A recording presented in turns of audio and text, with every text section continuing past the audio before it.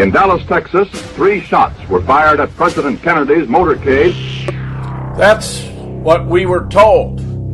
Most Americans never believed Lee Oswald was the lone gunman, for excellent reasons. In fact, there were at least 6 shooters who fired from 8 to 10 shots or more who are identified here. We have, finally, the solution to the greatest murder mystery in history, laid out for the world to see, proof after proof after proof.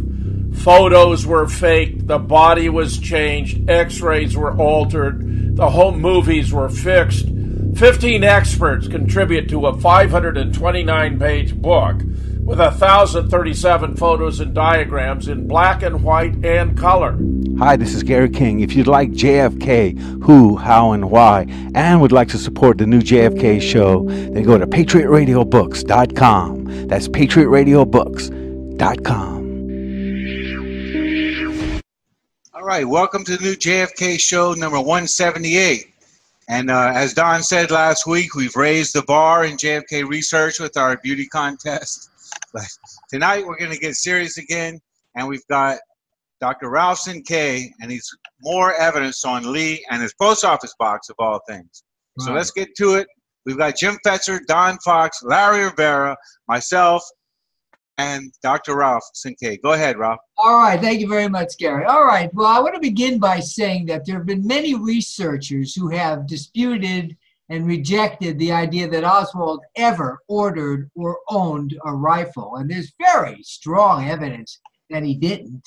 In fact, I was reading one report today that just the mere fact that he denied it is actually a very strong consideration, because he wasn't a stupid man, and he would have known that if he owned a rifle, that they would have no trouble determining that he did, and lying about it would have been futile. And there would be nothing wrong with saying, yes, I own the rifle, but I didn't shoot anybody with it. Somebody must have stolen it and done it to frame me. I mean, that certainly happened. Got rifles, get stolen. So yeah, I think he would have said that, but he said, no, I didn't own a rifle. And then he even referenced, he said, well, I used to own a rifle, a long time ago, and I went hunting with it. And he was referring to his time in Russia. And his own wife did the same thing in her affidavit. When she was first asked about it, the very first day, which was the 22nd, she said, well, he used to own a rifle and he went hunting with it, and it was back in Russia. So they both basically gave the same report. And it was only months later that she started spewing that nonsense about all these monstrous things he was doing with the rifle and out to shoot Walker and everything else. So there's really very strong evidence that, and people, and I'll name, like, for example, Gil Jesus has done very good work on basically destroying this claim. John Armstrong has, and our own Larry Rivera has done good writing on this. So this has been covered well, but nobody, I don't think, has sort of taken it to the next step and say, well, if he didn't actually order and own the rifle, did he ever acquire a P.O. box? And what I want to do today is make the case that he did not. Okay, let's go. Well, just a question before you proceed. What the weapon he had in the Soviet Union, I thought it was a shotgun. Was it? Yeah, it was a shotgun. No, it was a shotgun, but Marina was so ignorant about weapons in general that she didn't distinguish a shotgun from this infantry rifle that was found there. Another thing I wanted to say at this point, I'm glad you reminded me, Jim, is that, and I'm sure you know this, that originally they reported that the gun was a Mauser. And did you know that Walter Cronkite even said it on national television, that the gun found was a Mauser? And then everybody said it. Well, the first weapon found was a Mauser. Right. Okay. So Right. Well, but the ABC, NBC, CBS, they all reported for 2 solid days that it was a Mauser. Right, 2 full days. Okay. All right. Now, the first thing I want to get to here is how they found out about the P.O. box. How did that ever arise? And it arose very early. It was late on Friday evening that they discovered this. Well, actually, it may have been the wee hours of the morning on Saturday, but I'll tell you what happened. And I have it written here, but basically then there was a serial number on the rifle, which was C2766. And one of the things, and this is just a comical tangent, but Gil Jesus points out that something wrong with those Italians, because they actually issued multiple rifles with the same serial number, and there was more than one rifle with C2766. But that was the serial number on the rifle, and we have a picture of it that I'm going to show you. And no, that's correct. That's correct. The Italians manufactured the Carcano at several different plants, and they use the same serial numbers. Okay, all right, very well thing. Okay, but so here's what happened then. They took that serial number, and the FBI telexed it to basically every FBI office and every field office in the country and said, you know, what can you find about this serial number rifle?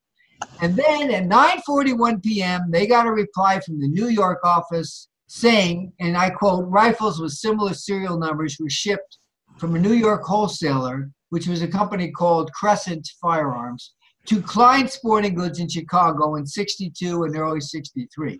Now, don't go any further because I want to comment about this. This, to me, is a very, very big red herring in itself because I want to point out to the viewers that this was before the computerization of anything. There were no records kept digitally. Everything was manual. Everything was paper. And when you think about all of the rifle sales that took place throughout the country, the idea that the FBI had paper records of all of these sales where they could look up serial numbers and within a matter of hours come up with a serial number, with a sale that corresponded to this serial number, to me is preposterous. I mean, well, Ralph, if those rifles were part of an FBI operation, then they might have paperwork on those rifles. On the rifles. Well, but anyway, the point is that today, you know, we take for granted that everything is recorded digitally. You go to the computer, you know exactly how to look something up. But it certainly would have been much harder then. But as I'm going to explain in a moment, there's really no reason to believe that they kept such records. All right, go to the next slide, please.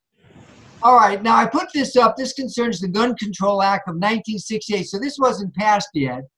And this was a federal law that was passed in response to the 1960s political assassinations and signed, ironically, by JFK's killer, LBJ, in which there was going to be regulation of firearms and firearm owners and regulating the interstate commerce of firearms. Okay, that didn't pass until 1968. Does not apply to 63.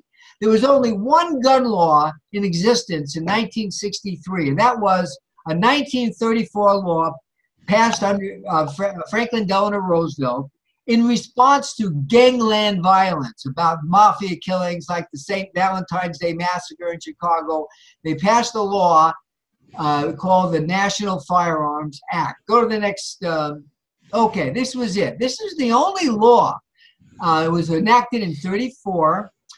And the main thing it did was impose a tax on the making and transfer of firearms defined by the act. Now, that's a very important point. It didn't apply to all firearms. It applied to only certain ones. And when it came to rifles, they were only interested in very short rifles that could easily be concealed. And these were referred to as NFA weapons. These are the weapons that pertain to the NFA. Now, it says here that, for example, the barrel of the rifle had to be less than 18 inches. And actually, they amended that a few years later and made it less than 16 inches.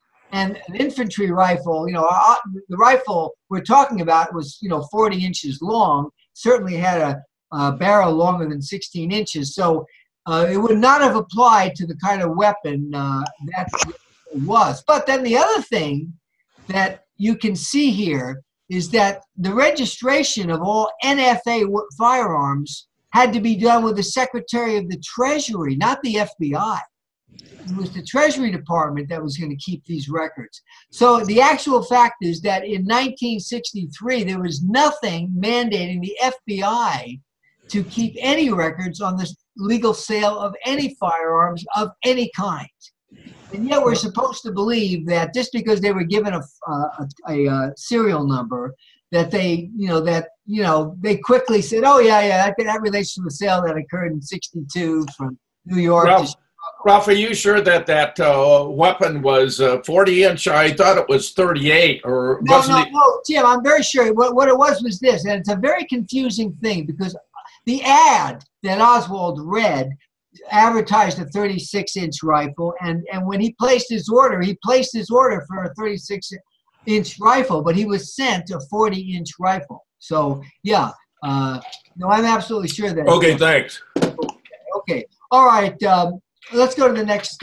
Well, except to say he was sent it is misleading, isn't it? Oh, because, yeah, okay, you're right. Absolutely right. Okay. Right, yeah, he really wasn't sent to him. But anyway, that's the story. That's the story that it was sent. Okay, so this is the rifle, and this is where it shows, if you look very closely, that, you know, it's got that serial number of C2766. It would be interesting if we could see the telex that they sent, but that would have been the only information. In fact, here's another interesting fact that several researchers have pointed out. It's not even correct to call it a Mannlicher Carcano rifle. It was a Carcano rifle. There was no such thing as a Mannlicher Carcano.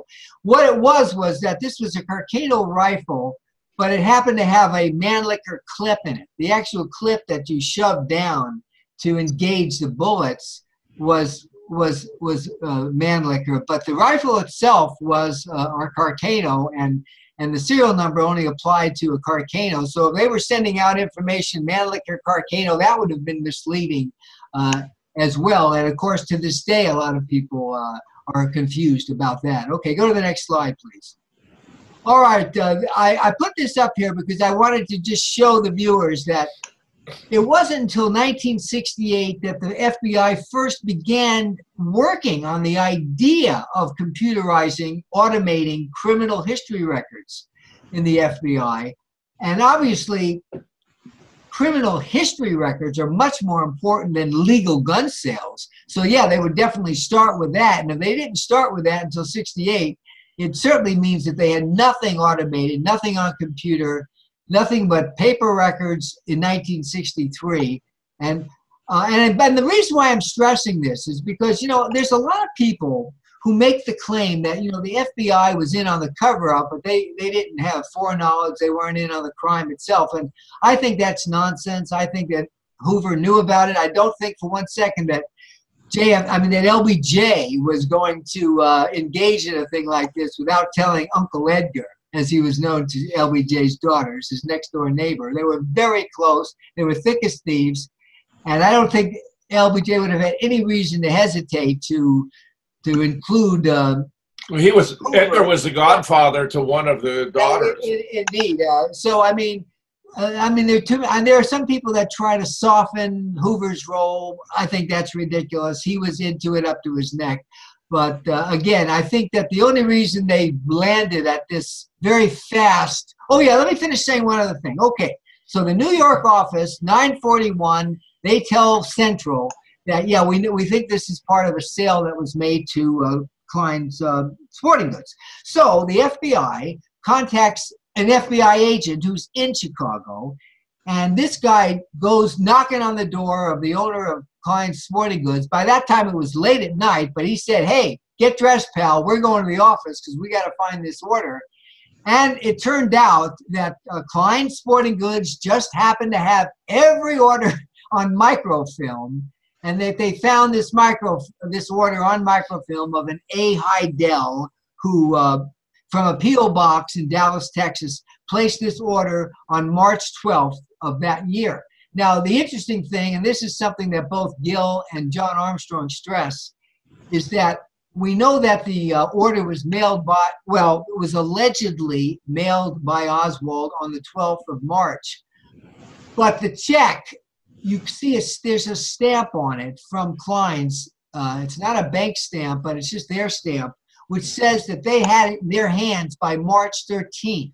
So we have to believe that a regular first-class postage stamp that was in which the envelope was just placed in a mailbox that afternoon, that this was processed so fast that it got on a plane and got to Chicago and was delivered to Klein's overnight.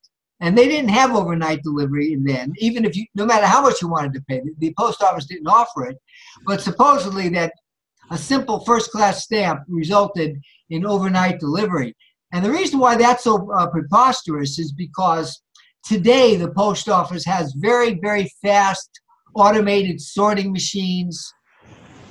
and they, of course, have computers, and there's a much more streamlined process of moving mail today than there was in 1963. So the idea that this would have happened, that a letter, a common, ordinary, first-class letter would have been delivered overnight to Chicago, it doesn't happen today. So why would it have happened in 63? It wouldn't have. But that's part of the story. Okay, go to the next slide, please.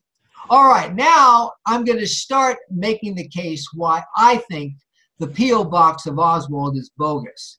And what you see here is the beginning of Oswald's alleged letter to Marina at the time that he went out supposedly to shoot at Walker. Now, I want to take just a couple of minutes to make it clear to the viewers that Oswald, there's very definite evidence that Oswald never shot at Walker. For one thing, the bullet that was dug out of the wall in Walker's home was a 30.06 caliber bullet, and the bullets of the Carcano were all 6mm bullets, so it was a different caliber bullet. That's one thing. There was one witness who saw two men fleeing from the scene, and each of them had their own car and got in their own car and drove away. And that rules out Oswald too, because first of all, he didn't have a car, he couldn't drive, and I also like to say somewhat amusingly that he also didn't have any friends in Dallas, so therefore, yeah, no chance that it was not the same weapon. The target was stationary and therefore much easier to hit, but he missed. So all three are completely contrary to the remarkable feat of marksmanship in Dealey Plaza.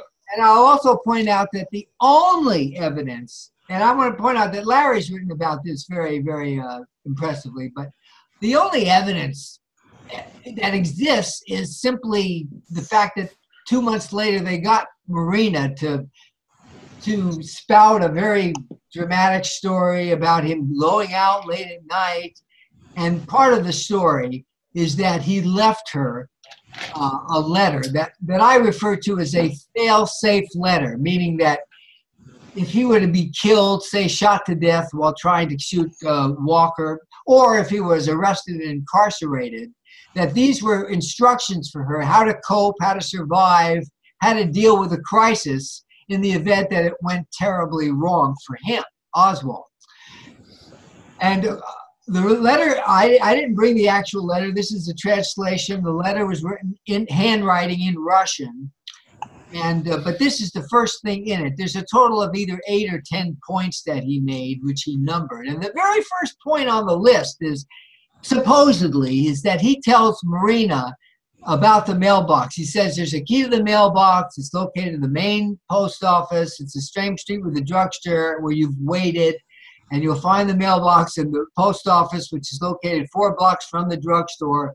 And then he says, I paid for the box last month, so don't worry about it. Well, obviously, they don't give you the box until you paid for it. So there was no need to say that, and it's sort of idiotic. But here's the point I want to make. Is that well no, it's intended to incriminate him as having actually obtained the box. I mean, that's why they... Right. Well, that's exactly right. And what the purpose of this is to have Oswald himself saying right. Appeal. Right. But I want to give the reasons why. And if it had actually been Oswald writing it, he wouldn't have said that. No, of course not. He wouldn't have said that. But the thing is this: there are statements from Harry Holmes, who did, you might say, the heavy lifting in making the case for Oswald's P.O. box. And what Harry Holmes said is that besides the rifle, that the only thing that Oswald ever received at the P.O. box was no personal mail of any kind, no first-class mail. The only thing besides the rifle that ever arrived there was newspapers, including the Daily Worker, which is an American socialist, newspaper. And then the only other newspapers, according to Holmes, were Russian newspapers from Russia, in Russian and from Russia, sent from Russia, presumably because Oswald subscribed to them from here. Now, what's ridiculous about this is that if the only thing coming to that box was newspapers, communist and, socialist newspapers, of what value could they be to Marina in the event that Oswald was either dead or behind bars? Not only were they of no interest to her, but they were of no value to her. They were of no use to her. There would have been no reason whatsoever why Oswald would have thought it urgent for her to get to that mailbox to get those something to read in her copious free time. So what I would tell the viewer is this. This is a list of about 10 things. I would say, first of all, I don't think there's any chance that Oswald would have included this about the mailbox as any item on the list. But the idea that he would have made it the #1 top priority, first thing in his head thing to put on the list, get to that mailbox, got to get those things in the mailbox.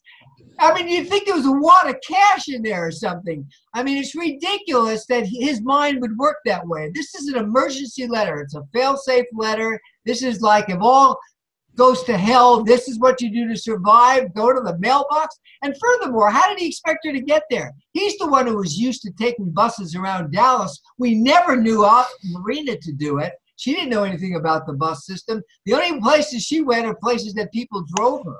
So what, she was going to have Ruth Payne drive her to the downtown post office to pick up newspapers? It's just a ridiculous idea that his mind ever would have worked that way. He would have known that his wife wasn't interested in that, didn't need it, and didn't want to hear about it. And the idea that he will have done this. But there's a little bit of a comic relief here, is that in the midst of all this earnestness and urgency to get to that mailbox, he forgot to give her the mailbox number. There's no number.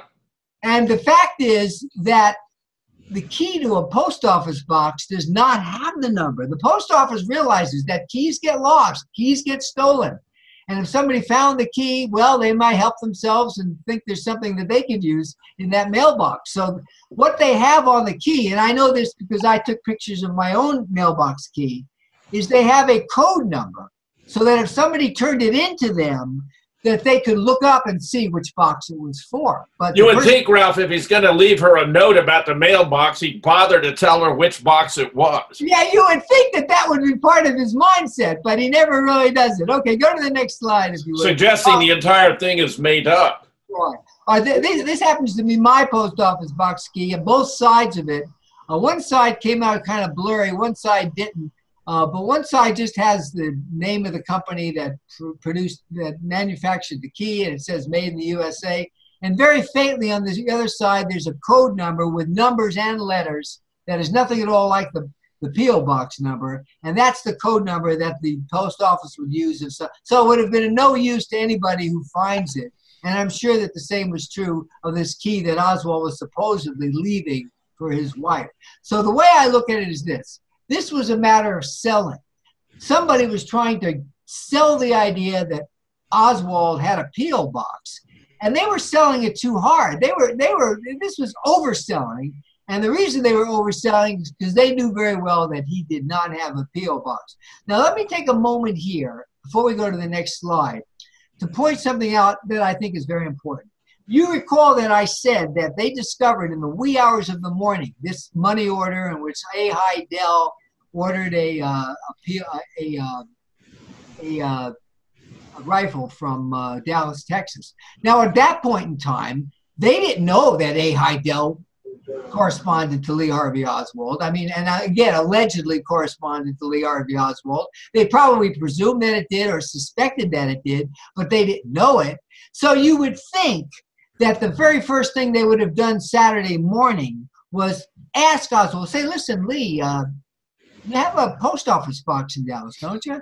And again, that would have been something he would not have lied about, because he would have known that if he had a post office box, that if he lied, they're eventually going to find out. If his name is on the box, well, they're going to find it. So it would be futile to lie about it. So he would have told them the truth. But they didn't ask him a thing about it on Saturday, not a word. The claim of them talking to him about the box came after he was dead.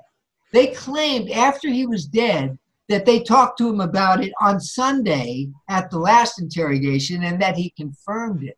But it makes no sense that they would have waited until then. I mean, this was pending, and this was on the, you might say, on the front page right there on Saturday morning. So I think they put off asking him about it because they knew he was going to say he didn't have one, and they didn't want that to become part of the record. So they waited till he was dead, and then he said that, yeah, I have a P.O. box. But that's much like they did with Mexico City, where they waited till he was dead and said, oh, yeah, at that last meeting, he changed his mind. Yeah, he went to Mexico City. So this is the same thing. They used that last interrogation as a way of putting words in his mouth, and they did it with this as well. And I'll have more to say about that in a minute. All right, go to the next slide. All right, now this is the registration of Lee Harvey Oswald that they claim is what he when he acquired the P.O. box. And it doesn't say anything about A. Heidel. It just says Lee H. Oswald. Now, of course, Larry has done some terrific work on the forging of Oswald's signature, which I think has happened a lot. You know, I have a saying. I like to say that phony Oswald writings are as common as phony Oswald sightings. Well, Ralph, the last one that we did just last week was the supposed Sylvia Duran entry into his address book. I mean, we did. Oh, really? Oh, okay. A phony. None of the letters. None of the letters match. I mean, not even close. Okay. Yeah, not even close.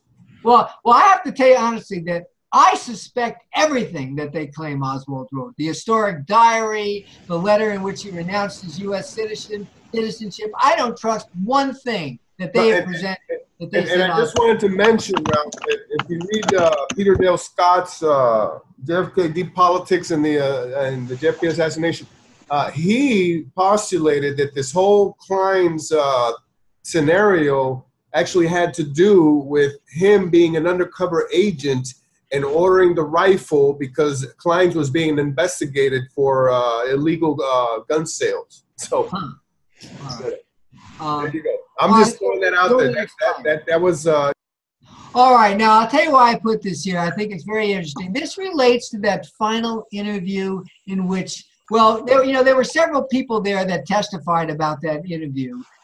Secret Service agent Kelly was one, Soros was another. Neither one of them said anything about Oswald saying anything about a P.O. box.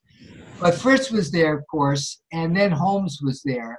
And, you know, for years I wondered, why would Fritz specifically invite a postal inspector to attend the interrogation of a criminal suspect when a postal inspector is not a law enforcement officer?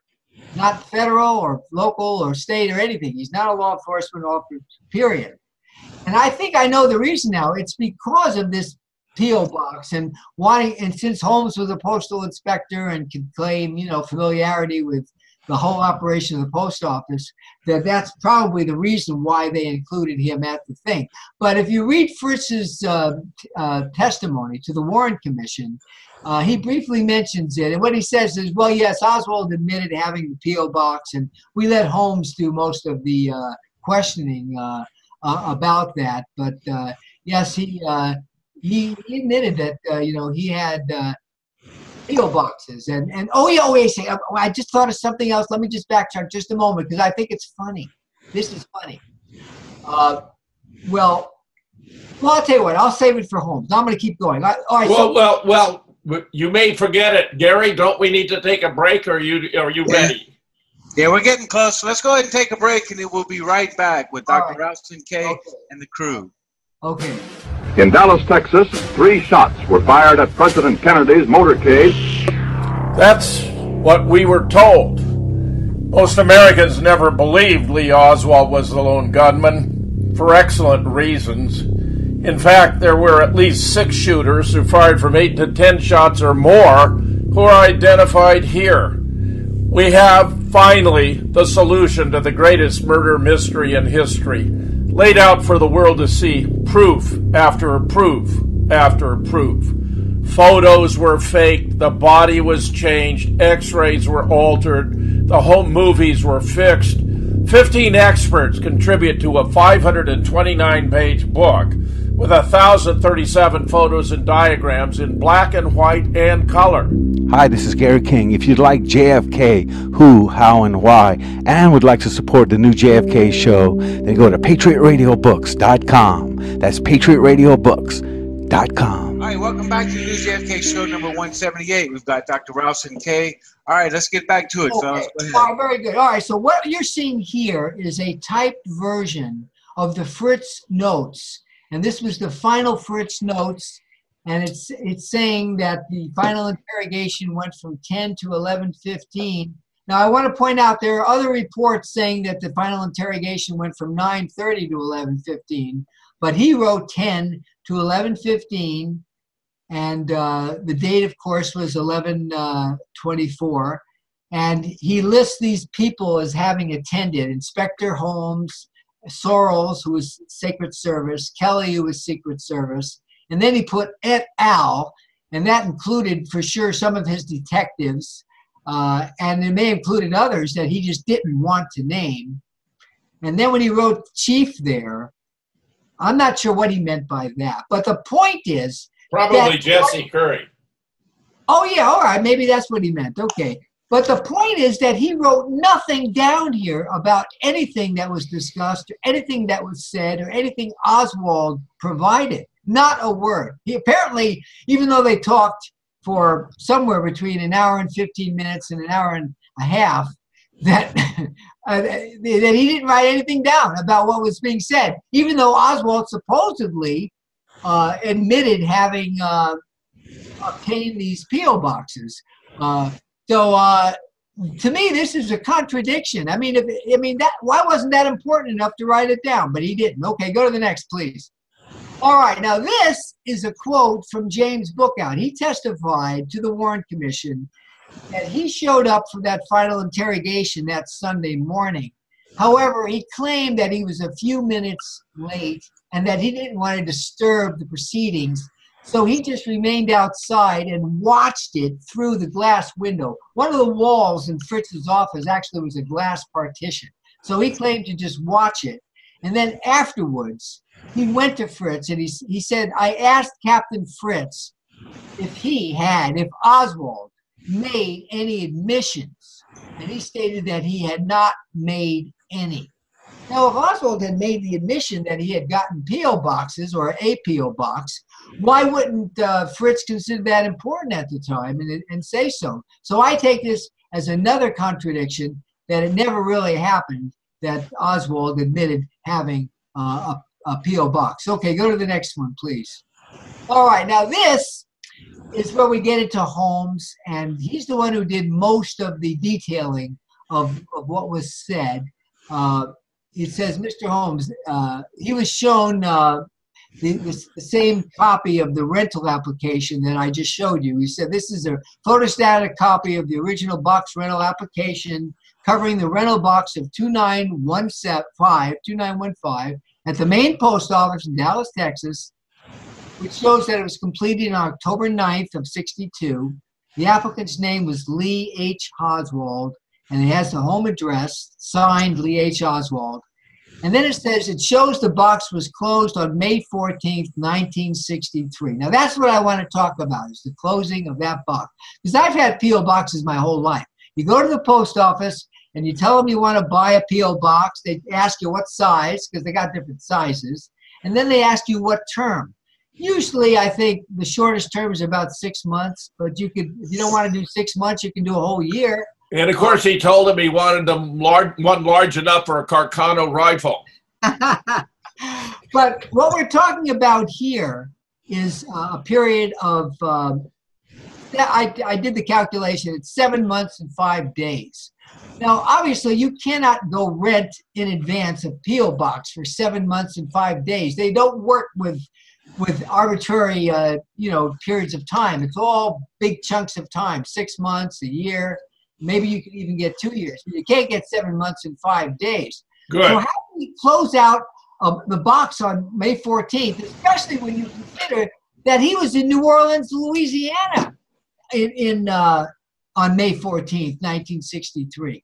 Now, I went ahead and tested this yesterday, okay? I did my own living JFK assassination experiment. I went into the post office in Buda, Texas, where I live, a little post office. And I said to the guy, I said, listen, if I have a post office box at a post office in another state, can I close it out from here? Because I want to get a post office box here, but I want to know if you can close the one. Can I close the one that I have there with you? And he said, well, no, we can't do that. He says, look, most of the time, there's no closing of the post office. You paid for it for a certain period of time. You're not going to get a refund for any of the unused time. If you don't want to use it anymore, you don't have to. But basically, you close it by not renewing it. He said, yeah, when it expires, they're going to put a notice in a slip in your box and say, you know, your time's up. You got to come and pay for the next period. And if you don't do it, you lose the box. And you're expected to turn the key back in since you're no longer going to be having the box. Now, I don't know what they would do to you if you don't turn it in. I mean, are they going to send the cops? I don't know. I've never had that experience.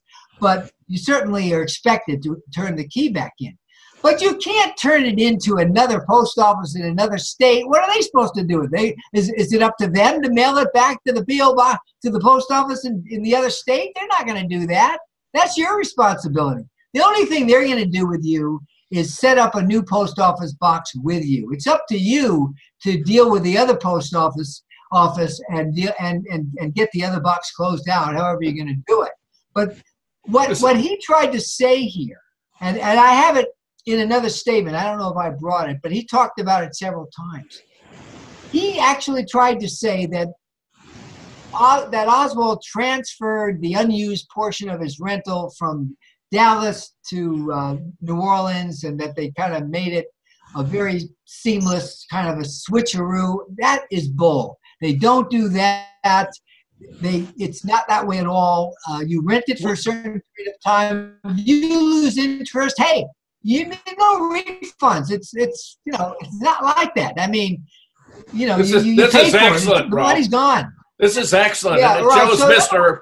Holmes himself was deeply complicit in framing Lee. Deeply complicit. Oh my God! I consider him one of the most. I mean, other than the fact that he wasn't an actual shooter, I think he was one of the most wicked people involved in this whole thing. You know, the way he went after Oswald. But again, I know now from my own experience from yesterday that there's no way that Oswald could have closed his box in Dallas on May 14th by going into a post office in New Orleans. They could have not have helped him with that. They would have told him to write to the other post office, put the key in, and just say, I'm done, and they would have closed it themselves, and the New Orleans office would not have gotten involved. So this is a very egregious lie. So, Ralph, tell us a little bit about Mr. Holmes. Who is this guy? Well, he was a guy who worked at the Postal Annex building, practically in Dealey Plaza. He worked on the 5th floor. He was a postal inspector. He was a postal inspector. And here's an interesting thing. He's the only guy we know of who actually claimed to watch the assassination through binoculars. He said he was up on the 5th floor and he had binoculars and he was watching the thing with binoculars. But realize this also, that Holmes claimed that after getting a P.O. box in New Orleans, and of course we didn't talk, we never heard from the post office in New Orleans, so we don't know what Oswald got there. Obviously he didn't get any rifles there, but did he get his communist newspapers there? Did he get stuff from the Fair Play for Cuba Committee? It's very strange to me that Oswald would bother getting a P.O. box. For one thing, he was a cheapskate. He didn't like to spend money unnecessarily. There was no reason he couldn't have these things sent to his home. They had home delivery of mail then, as they do now. And he would have had the trouble of having, you know, this is a guy without a car. He'd have to, either huff it or hitch it or take a bus, to a post office. It's just ridiculous. But according to Holmes, and this is interesting, according to Holmes, that Oswald set up a P.O. box at the Postal Annex after he got reestablished in Dallas. So we had a post office there. And that, and Holmes claimed that because of contacts he had with the FBI, that that he started watching Oswald's activity at the P.O. box before the assassination, and he started monitoring his mail. And that's when he started claiming that the only thing he received was communist newspapers and newspapers from Russia, in Russian. Now, that's what I want to talk about for a second, because, again, I think it's a terrible lie. We are supposed to believe that Oswald subscribed to Russian newspapers. He had to pay for the subscription, but in addition, he had to pay international shipping of a newspaper. Remember, it's not a letter that's just half an ounce and light and small. We're talking about a bulky, heavy newspaper paying international postage over and over and over again to have it sent to his P.O. box. And not one, but several Russian newspapers. Now, how can a guy who has to support a family on $1.11 an hour, which was his pay at the TSBD, and was comparable to the other pays he had at the low class jobs that he had? Yes, FBI pay. How could he possibly afford to do this? And why would he do it? He wasn't living there anymore. What did he have to know about Russia at that point?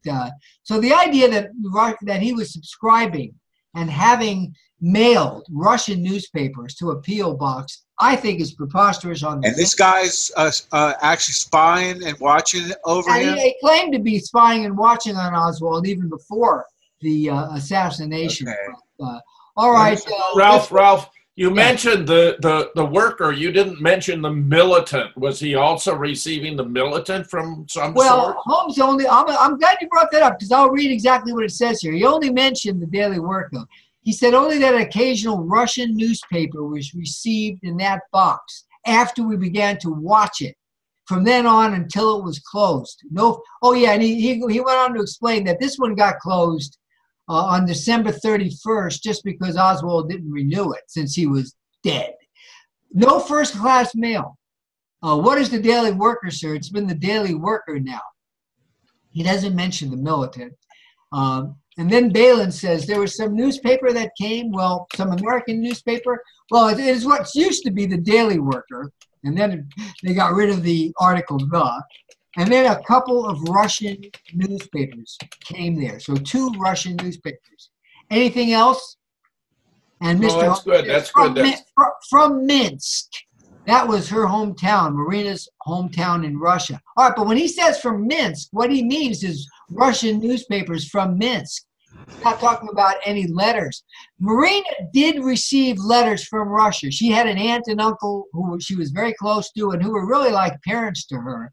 And they would write to her in the United States, and she would write back to them.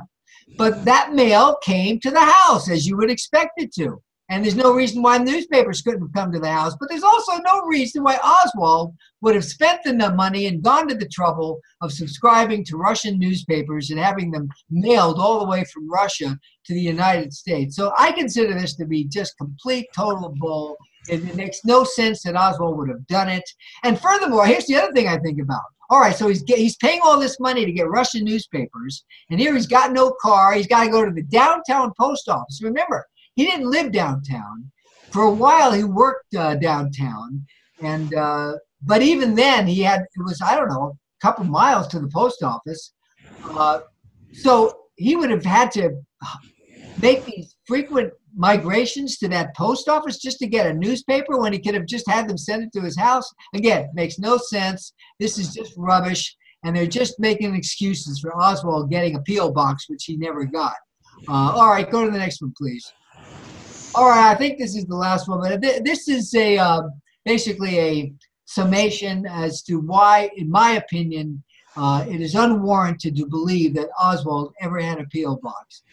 One, he didn't live near that P.O. box. And the one that really matters is the one that he supposedly used to receive the rifle. The other ones, I think were made up also, but I'm mostly interested in the 2915, which was from the downtown post office, which was located, a mile and a half or so from Jagger's Charles Stoffel, where he worked at a print shop.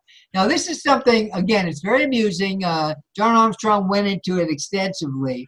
But on the day that Oswald supposedly did this, which was March 12th, Oswald worked a full day at Jagger's Child Soulful. You know, he had a work ledger that basically showed you when he came to work, when he left work, and the work that he accomplished during that day.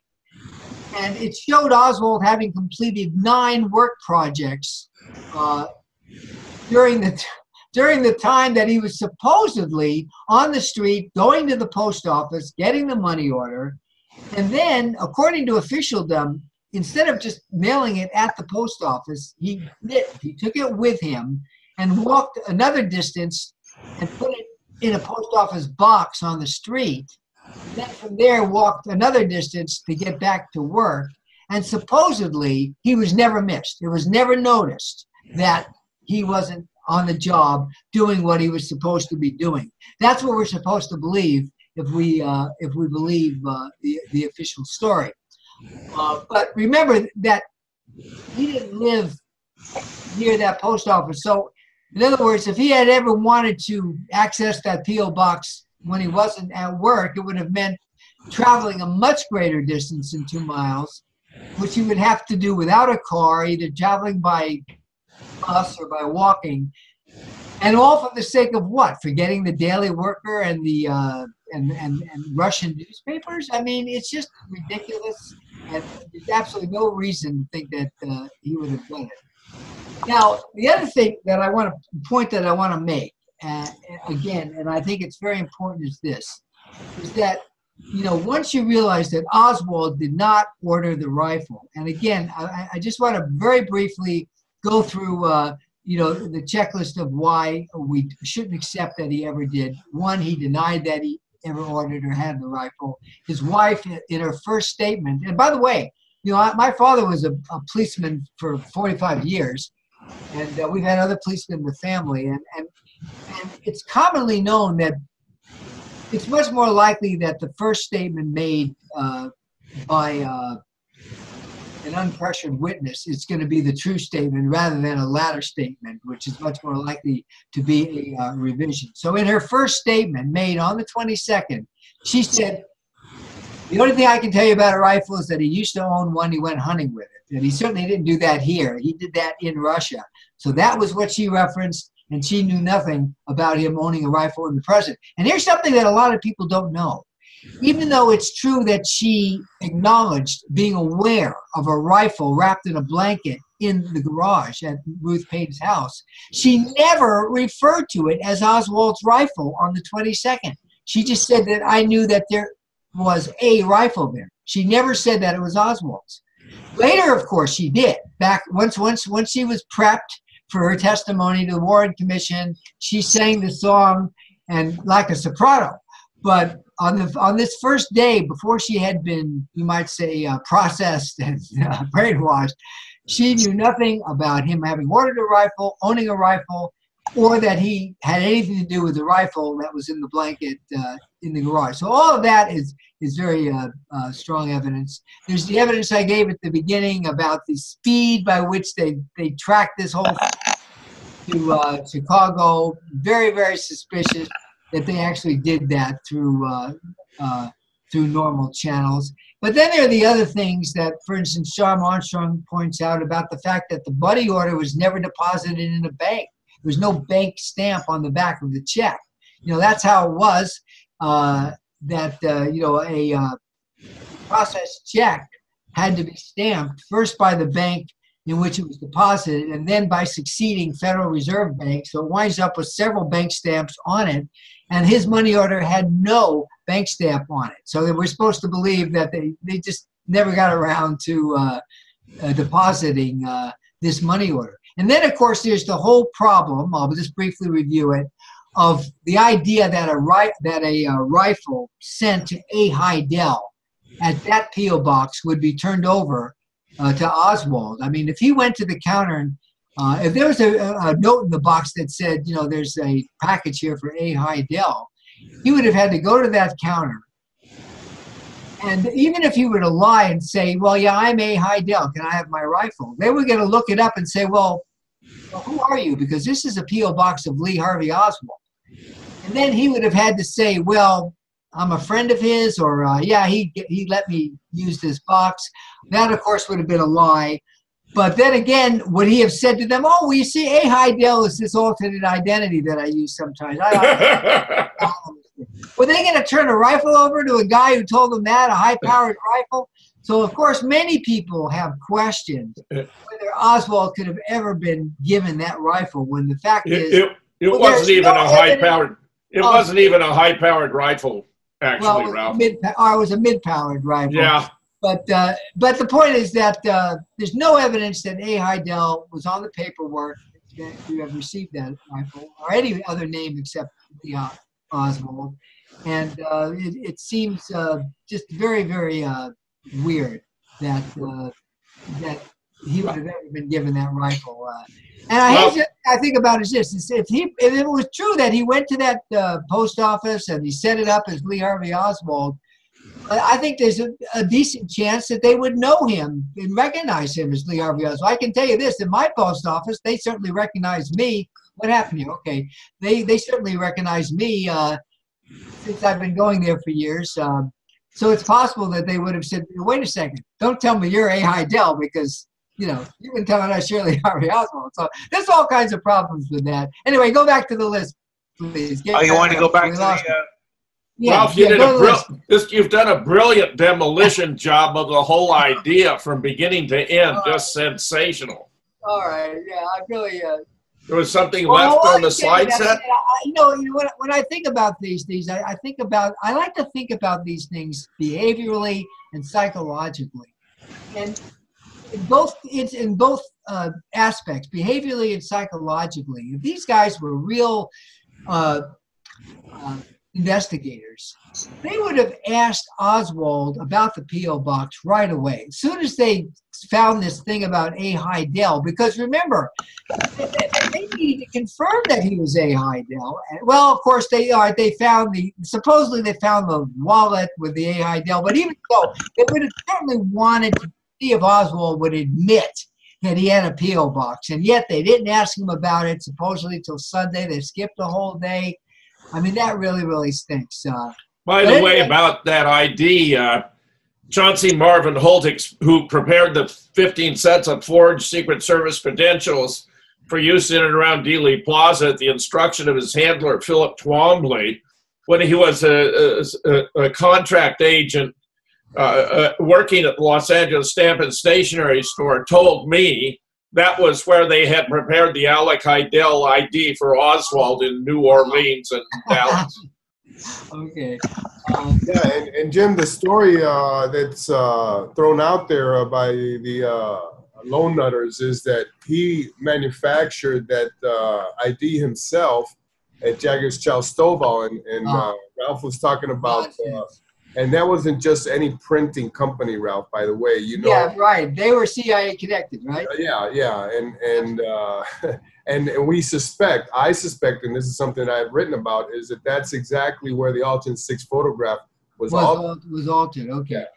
Now, the other point I wanted to make is that, Oswald's interest in socialism and Marxism and communism, it was no secret. It's not something like it's something he was trying to hide. And one more thing, Ralph. I'm sorry to interrupt. That's exactly where we were talking about Roscoe White, and the Reverend Shaw. Reverend Shaw said in an interview with Harry Livingston that that's where the base of operations was. Command headquarters was Jaggers Chow Stovall. Yeah. That was part of Roscoe White's declaration, right? Okay. Okay. But anyway, we know, of course, that Oswald was an outspoken Marxist. He went on the radio in New Orleans to, spout this stuff. So the idea that he would need a secret P.O. box to receive his communist literature is ridiculous. I mean, he wore it on his shirt sleeve. He was proud, and he was very, very open about it. So there would have been no reason why he couldn't have received it. Then the other thing I think about is that if you think about that flyer that he was distributing on Camp Street there in New Orleans in front of the Trade Mart. Wait a second, I'm still not done. I'm going through the list there. I've been looking at it. I've been reading it. All right. Let me leave it up a second. Okay. All right.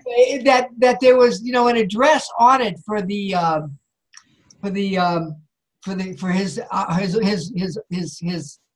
his chapter of the Fair Play Community Committee, and it was the same address as Guy Bannister's office. So why couldn't he have his Russian and his communist newspaper sent there? He didn't need a P.O. box. So again, there's no reason why he had to have it. There's no reason to think he did. All right. We are coming close to the All ends. right, very good. All right, very good. Okay. Tie up any loose ends. All right, very fast. Okay. So another way, there was no chance in Dallas that he was having an affair. I know there are claims that he was having an affair in New Orleans, but not in Dallas. So at the time he set up that P.O. box, no reason. Well, he was having an affair with Judith. Not in Dallas though. But I mean, you're saying there were rumors he was having an affair in New Orleans. Yeah. Judith is here to affirm it, right? Okay. But not in other words, not pertaining to the P.O. box. Right. So in other words, nothing to hide about there. Why would he need a P.O. box? He could have sent to his house. Okay. Known penny pincher. Why would he spend money on a P.O. box when he would, one of the things he and his wife would fight about was he would get on her if she spent anything on something that he considered superfluous, including cigarettes. Of course, he didn't like her smoking anyway, but the fact that they cost money, you don't need to be doing that. So why would he waste money to actually pay international postage for Russian news to them? And then the fact that they didn't ask him about the P.O. box on Saturday, they waited until after he was dead, just like they didn't find the palm print until after he was dead. They didn't get him. They didn't say that he admitted going to Mexico City until after he was dead. All this. He was a much more cooperative witness after he was dead. After he was dead than before. So anyway, the result is that I am absolutely convinced that Oswald never said he had a P.O. box, and he did not have a P.O. box, and this is part of the big lie. And when we reject that he ordered the rifle, we should just push it a little further and also reject that he even had the P.O. box. So that's where excellent. Well done, Ralph. And Larry, let's ask Don and Larry if they have any comments before we have to call it a day. Don.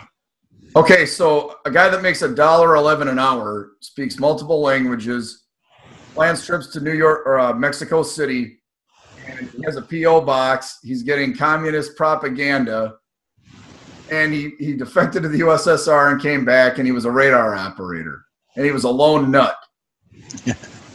You know what's ridiculous about it to me is this, is that, we've got Holmes admitting now that he was tracking Oswald's mail before, and you got the CIA saying that they tracked Oswald's every move in Mexico City. So you've got all of these things going on, which everybody's tracking Oswald, including the FBI, and yet the guy goes on to murder the President of the United States. I mean, it just seems preposterous that somebody who was so much in the, in the crosshairs of all these national security organizations would just turn out to be slip through their fingers. He was a wily fellow. Ralph, yeah. Larry.